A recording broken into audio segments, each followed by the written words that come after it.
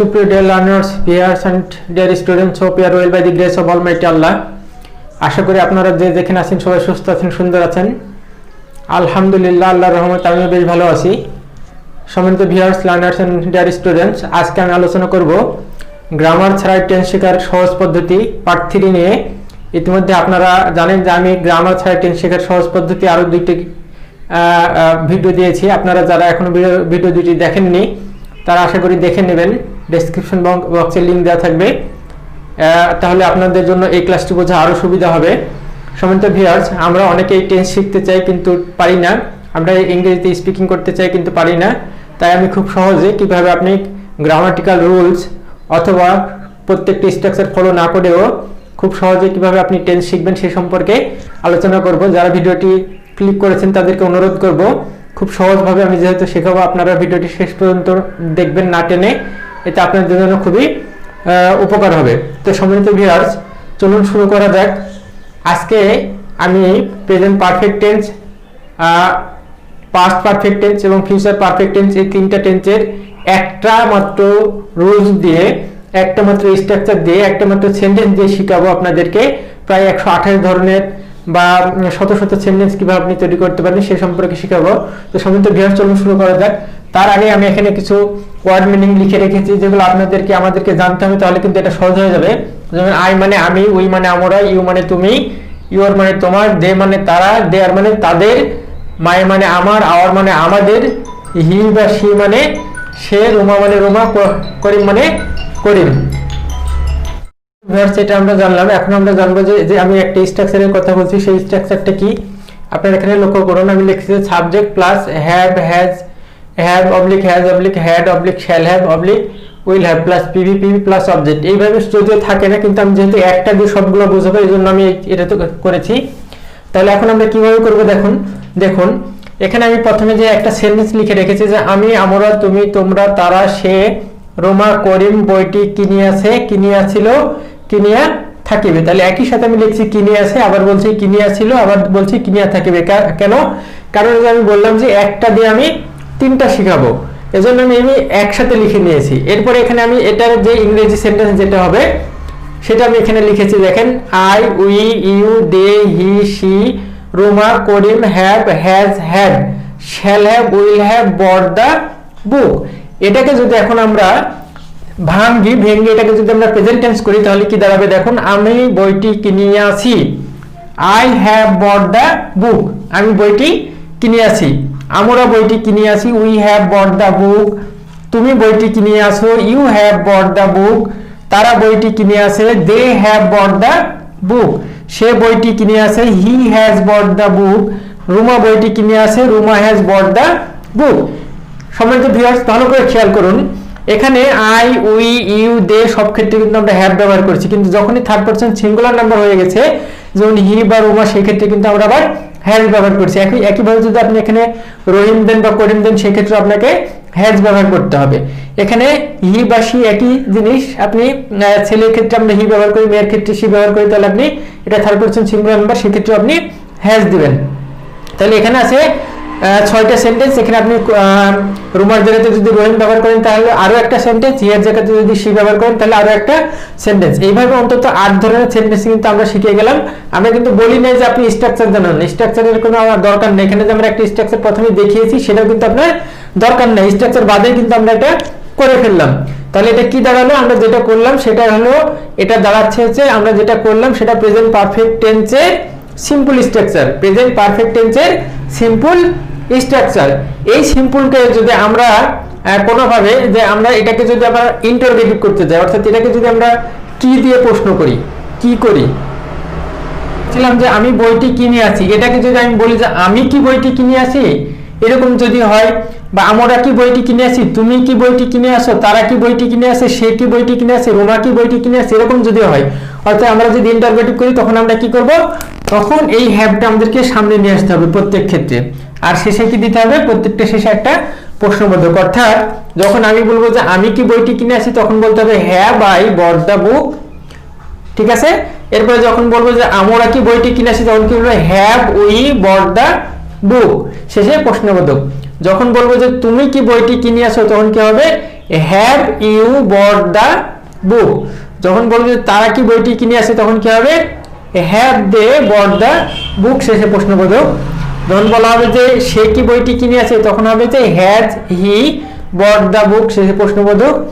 যখন বলা হবে যে রুমা কি বইটি কিনে আছে তখন কি হবে has Ruma bot the book, শেষে প্রশ্নবোধক। যদি এটাকে আমরা বলি যে রহিম কি বইটি কিনে আছে তাহলে কি হবে has Rahim bot the book, শেষে প্রশ্নবোধক।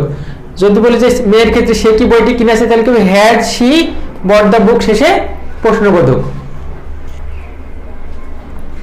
আপনি অক্সিলারি ভার্বটা জাস্ট সামনে ব্যবহার করে এবং এখানে কি দিয়ে ইন্টারোগেটিভ সেন্টেন্স কিন্তু আপনি খুব সহজেই তৈরি করে ফেলতে পারবেন।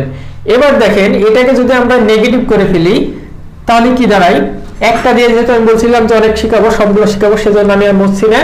তাহলে যদি আমরা এটাকে ইন্টারোগেটিভ করতে চাই তাহলে কি করবো আমরা, ইন্টারোগেটিভ করলে আমরা এখন করবো যে এটা আমি বইটি কিনি নাই। প্রেজেন্ট পারফেক্ট টেন্সের ক্ষেত্রে কি হয় নি অথবা নাই, নি অথবা নাই এটা হয়।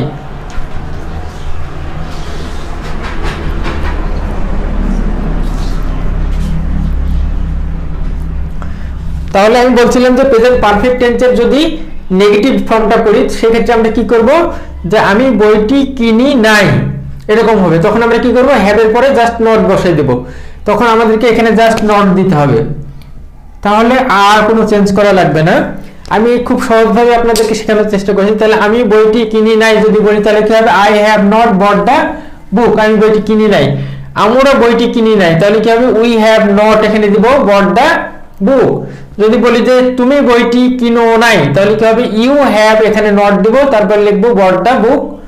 যদি বলি যে তারা বইটি কিনে নাই তখন কি হবে they have not bought the book. যদি বলা হয় যে সে বইটি কিনে নাই তাহলে কি হবে হি হ্যাজ, এখানে আমরা নট দিব হ্যাজ এর পরে তারপরে বট দ্য বুক। যদি বলি রুমা বইটি কিনে নাই তাহলে কি হবে Ruma has not bought the book. যদি বলা হয় যে রহিম বইটি কিনে নাই তাহলে কি হবে Rahim has not bought the book. শেষে তারপরে যদি বলা হয় যে মেয়ের ক্ষেত্রে আমরা যদি সে ব্যবহার করি তাহলে কি হবে সে বইটি কিনে নেয়, সেক্ষেত্রে এখানে আমরা দিব she has not bought the বুক। তাহলে আপনারা খেয়াল করেন এখানে কিন্তু আমরা আটটা করে সেন্টেন্স তৈরি করে ফেলেছি।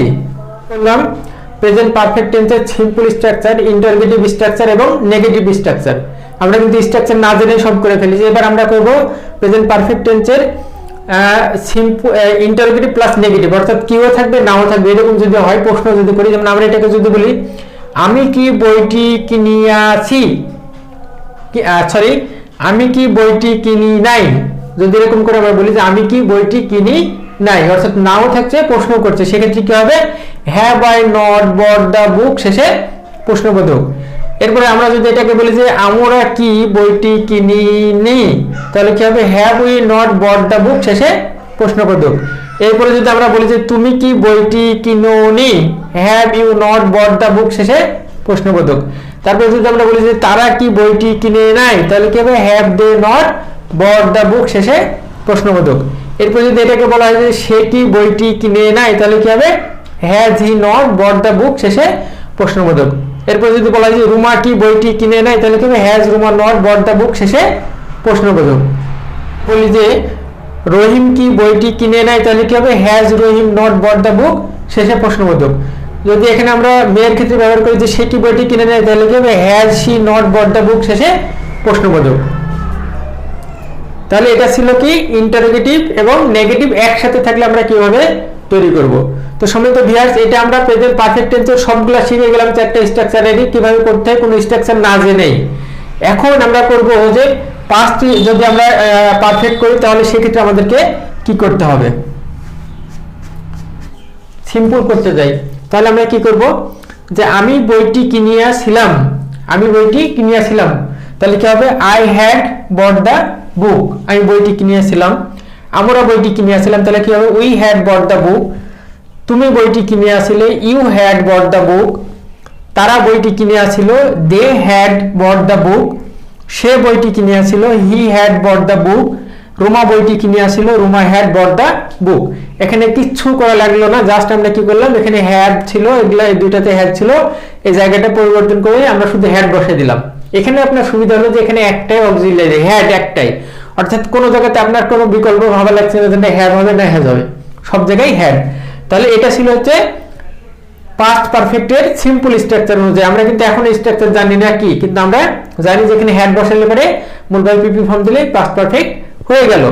এখন দেখেন এটাকে যদি আমরা ইন্টারোগেটিভ করতে যাই তাহলে আমরা কি করব, পারফেক্টের ইন্টারোগেটিভ করতে যাই তাহলে কি করব, তাহলে আমরা এখন এটাকে কি বলবো যে আমি কি বইটি কিনিয়াছিলাম, প্রশ্ন এরকম করে করতে হবে আমি কি বইটি কিনিয়াছিলাম, তখন কি হবে হ্যাডটা সামনে চলে আসবে, তাহলে হবে had I bought the book শেষে একটা প্রশ্নবোধক, had I bought the book শেষে একটা প্রশ্নবোধক যে আমি কি বইটি কিনিয়াছিলাম। এরপরে এটাকে আমরা যদি বলি যে আমরা কি বইটি কিনিয়াছিলাম তখন আমরা কি বলবো had we bot the book শেষে প্রশ্নবোধক। যদি এটা বলি যে তুমি কি বইটি কিনিয়াছিলে তখন কি হবে had you bought the book শেষে প্রশ্নবোধক। যদি বলা হয় তারা কি বইটি কিনিয়াছিল তখন কি হবে had they bot the book শেষে প্রশ্নবোধক। যদি বলা হয় যে সে কি বইটি কিনিয়াছিল তখন কি হবে had he bot the book শেষে প্রশ্নবোধক। যদি বলা হয় যে রুমা কি বইটি কিনিয়াছিল তখন কি হবে had Ruma bot the book শেষে প্রশ্নবোধক। যদি এখানে আমরা বলি যে রহিম কি বইটি কিনিয়াছিল তাহলে কি হবে had Rahim bot the book শেষে প্রশ্নবোধক।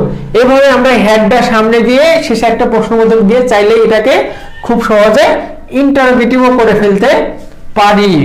তাহলে আমরা জানলাম যে কিভাবে পাস্ট পারফেক্টকে খুব সহজেই এই যে জাস্ট হ্যাডটা অক্সিলারি ভার্বটা সামনে আছে সেই হ্যাডটা সামনে দিলেই কিভাবে ইন্টারোগেটিভ হয়ে যায়, কিভাবে সিম্পল হয় এবং কিভাবে ইন্টারোগেটিভ হয় এটা শিখলাম। এখন আমরা শিখবো পাস্ট পারফেক্টের কিভাবে নেগেটিভ হয়।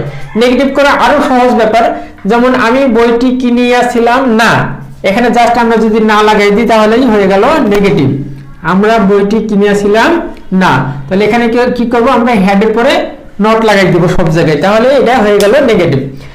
যদি বলা হয় যে আমি বইটি কিনিয়াছিলাম না তাহলে কি হবে I had not bought the book. যদি বলা হয় আমরা বইটি কিনিয়াছিলাম না তাহলে কি হবে উই হ্যাড এখানে নট দিব তারপর লিখব বট দ্য বুক।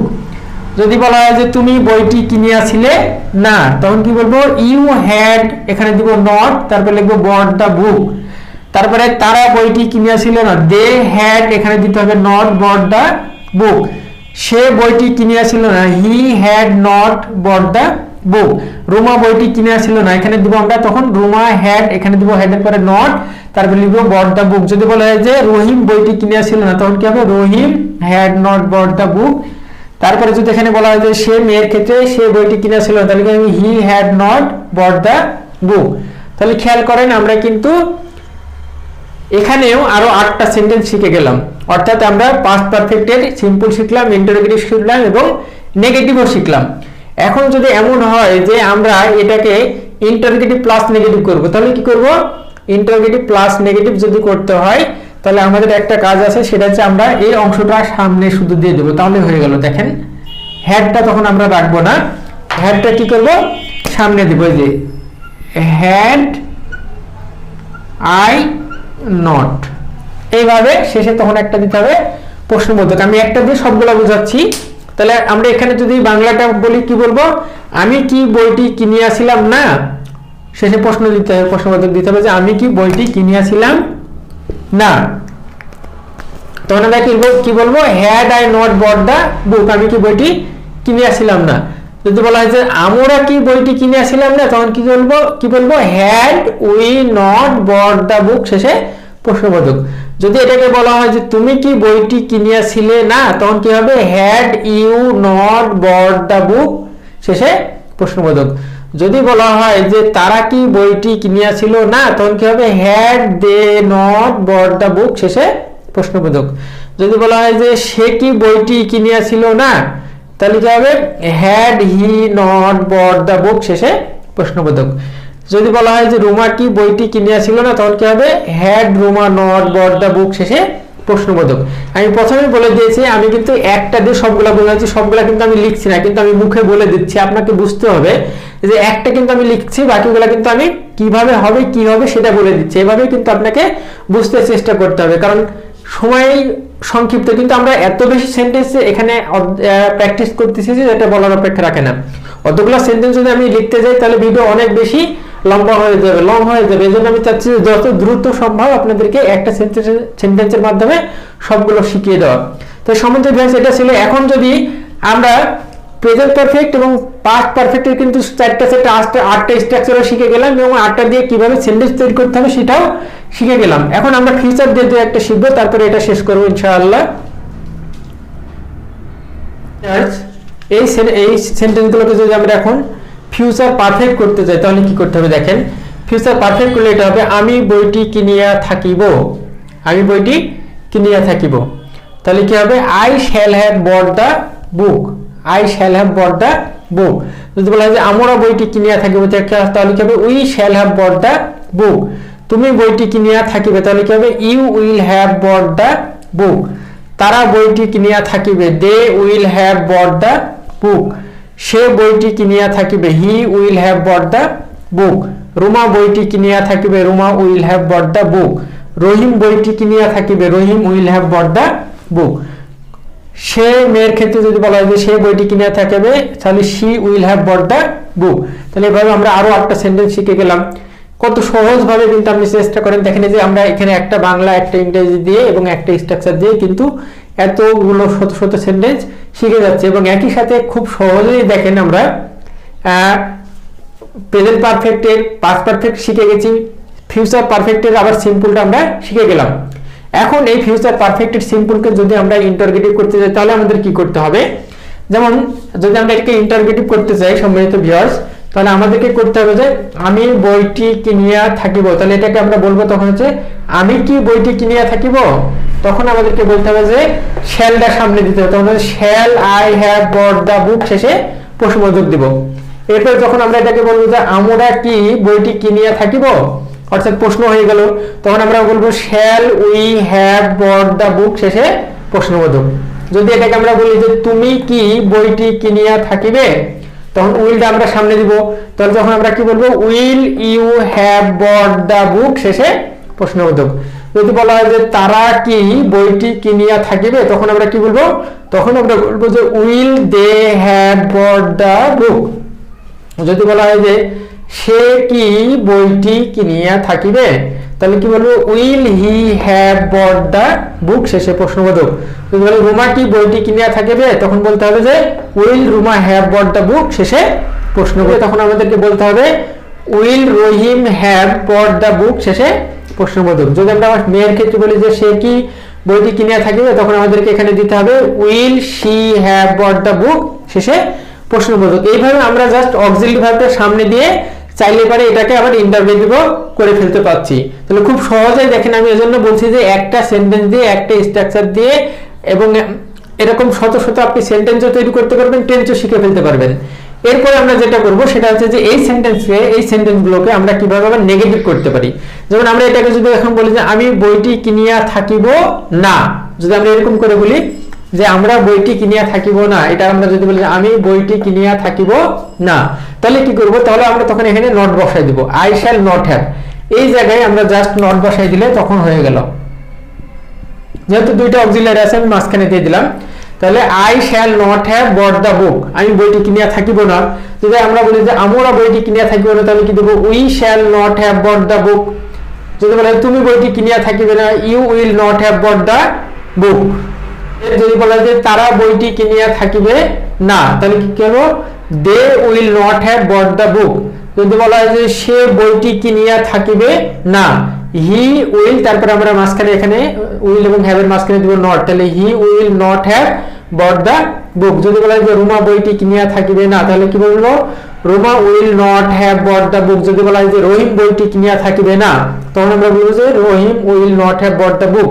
যদি বলা হয় মেয়ের ক্ষেত্রে সে বইটি কিনিয়া থাকিবে না তাহলে দিব আমরা she will not have bought the book. আমি কিন্তু লিখা নাই, এগুলা কিন্তু আমি মুখে বলে দিচ্ছি যে কোথায় কি বসাইতে হবে, কারণ খুব সহজেই তখন হয়ে যাচ্ছে, লিখতে হচ্ছে না, কারণ সময়টা নষ্ট হচ্ছে না, এজন্য আমি লিখে দিচ্ছি না। কোথায় বসাইতে হবে সেই জায়গাটা কিন্তু আপনাদেরকে ইন্ডিকেট করে আমি দেখিয়ে দিচ্ছি। এখন হলো যে আমরা যে এটা শিখে গেলাম নেগেটিভ কিভাবে সেটা আমরা শিখে গেলাম। তাহলে আমরা অলরেডি কিন্তু 4 4 8টা 3টা 11টা স্ট্রাকচারের টেন্স এবং প্রত্যেকটার অন্ত করে 8টা করে সেন্টেন্স শিখে গেছি, চিন্তা করেন। তাহলে পরবর্তীতে এখন আমরা যেটা শিখবো সেটা হচ্ছে এই যে সেন্টেন্সগুলো, এই সেন্টেন্সগুলোকে যদি আমরা ইন্টারোগেটিভ প্লাস নেগেটিভ করতে যাই তাহলে কি হবে, কিভাবে ইন্টারোগেটিভ নেগেটিভ, যেমন মনে করেন এটাকে যদি আমরা বলি যে আমি কি বইটি কিনিয়া থাকিব না, অর্থাৎ এখানে কি থাকবে, এখানে আবার নাও থাকবে, তখন আমরা কি করব, আমি প্রথমে যদি একটা সেন্টেন্স করে দিই অন্তত, এখানে আমরা লাগাবো হচ্ছে যে আমি কি বইটি কিনিয়া থাকিব না, তখন আমরা কি করব, তখন হচ্ছে এই যে শ্যালটা আমরা আগে দিব, শ্যাল, তারপরে সাবজেক্ট আই, তারপরে আমরা দিব হচ্ছে নট, আর শেষে দিব একটা প্রশ্নবোধক। তাহলে এইভাবে সবগুলা করতে হবে, যে আমি কি বইটি কিনিয়া থাকিব না, তখন হবে shall I not have bought the book, শেষে প্রশ্নবোধক, এটা শেষেও কিন্তু প্রশ্নবোধক। এই 2 নম্বরটাকে যদি আমরা বলি তাহলে কি হবে, আমরা কিভাবে বলবো, ফিউচার পারফেক্টের যদি আমরা ইন্টারোগেটিভ প্লাস নেগেটিভ করি তাহলে সেক্ষেত্রে আমরা এটা কিভাবে বলবো, আমরা কি বইটি কিনিয়া থাকিব না, তখন আমরা বলবো হচ্ছে shall we not have bought the book, শেষে প্রশ্নবোধক। যদি এটাকে বলি তাহলে কি বলবো, তুমি কি বইটি কিনিয়া থাকিবে না, তখন আমরা দিব will you not have bought the book, শেষে প্রশ্নবোধক। যদি এটাকে আমরা করি তখন কি হবে, তারা কি বইটি কিনিয়া থাকিবে না, তখন আমরা বলবো will they not have bought the book, শেষে প্রশ্নবোধক। যদি এটাকে আমরা বলি যে সে কি বইটি কিনিয়া থাকিবে না, তখন আমরা বলবো যে will he not have bought the book, শেষে প্রশ্নবোধক। যদি এটাকে আমরা ইন্টারোগেটিভ প্লাস নেগেটিভ করি তাহলে কি বলবো, রুমা কি বইটি কিনিয়া থাকিবে না, তাহলে দেব যে উইল রুমা, এখানে দেব তারপরে not have bought the book, শেষে প্রশ্নবোধক। যদি এটাকে আমরা রহিম দিয়ে করি তাহলে কি বলবো, রহিম কি বইটি কিনিয়া থাকিবে না, তখন দেব আমরা will Rahim not have bought the book, শেষে প্রশ্নবোধক। এইভাবে আপনি কিন্তু টেন্সগুলোকে একটার মাধ্যমে সবগুলা শিখতে পারবেন, অর্থাৎ আপনাকে মনে রাখতে হবে জাস্ট অক্সিলারিটা। শেষে সম্মানিত ভিউয়ার্স, আমি খুব গুরুত্বপূর্ণ 4টা ওয়ার্ড আপনাদের জন্য অ্যাটাচ করতেছি। এই 4টা ওয়ার্ড আছে, এই 4টা ওয়ার্ড আমরা কিন্তু ভুল উচ্চারণ করি, যেটা আমাদের জীবনের জন্য খুবই গুরুত্বপূর্ণ। ওয়ার্ডগুলা কি দেখুন, ভোট, আমরা কি বলি, চলো ভোট দিতে যাই, আসলে ভোট না, আমরা কি আমাদেরকে কি বলতে হবে, সঠিক উচ্চারণ কোনটা, সঠিক প্রোনাউন্সিয়েশন কোনটা, ভোট, অর্থাৎ ভোট দেওয়া। এরপরে যেটা আমরা অ্যাফোর্ড, আমরা বলি হচ্ছে অ্যাফোর্ড, অ্যাফোর্ড না, অ্যাফোর্ড, অ্যাফোর্ড অর্থাৎ ব্যয়ভার বহন করা। এরপরে যেটা বলতে পারি সেটা হচ্ছে যে রুইন, ধ্বংস করা, আর একটা হচ্ছে স্ল্যাপ, চড় মারা। এই যে 4টা আমি ওয়ার্ড মিনিং দিলাম, এভাবে যদি আপনি 2টা 4টা 5টা 10টা করে শিখতে পারেন তাহলে ইনশাআল্লাহ আপনার ওয়ার্ড মিনিং যে এনডিস্ট হয়ে যাবে, আপনি স্পিকিং ক্ষেত্রে অনেক বেশি পারদর্শী হবেন। আশা করি ভিডিওটি আপনাদের ভালো লেগেছে। যদি এতটুকু ভালো লাগে দয়া করে লাইক, কমেন্ট, শেয়ার ও সাবস্ক্রাইব করুন এবং পাশে থাকা বেল আইকনটি ক্লিক করে রাখুন, যাতে ভবিষ্যতে কোনো ভিডিও আপলোড করলে তার নোটিফিকেশন খুব সহজে আপনি পেয়ে যান। অসংখ্য ধন্যবাদ। আসসালামু আলাইকুম।